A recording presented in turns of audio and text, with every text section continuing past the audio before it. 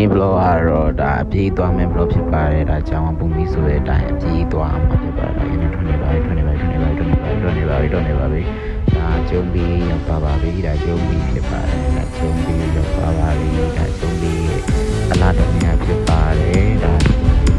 ဆက်သွားပါတယ်သွားတယ်ဒါရသွားနေတဲ့နေရာဖြစ်ပါတယ်ဒါတော့ဒါ6နာရီ15မိနစ်လိုမှဒါကြောင်ရောက်သွားပါပြီဒါလူတွေအားလုံးနဲ့တွေ့ဆုံနေတာပါဒါတစ်စိတ်ကပ်ဖို့အတွက်ကြည့်နေတာပါဒါဒီချေကြီးကနေပြီးတော့ဒါအမစကားပြောနေတာဖြစ်ပါတယ်ဒါအမစကားပြောပါတော့မယ်ပြောပါတယ်ဒီချေကြီးကစီကမဖောက်ပြတ်ဘူးဟာပြောတာဖြစ်ပါတယ်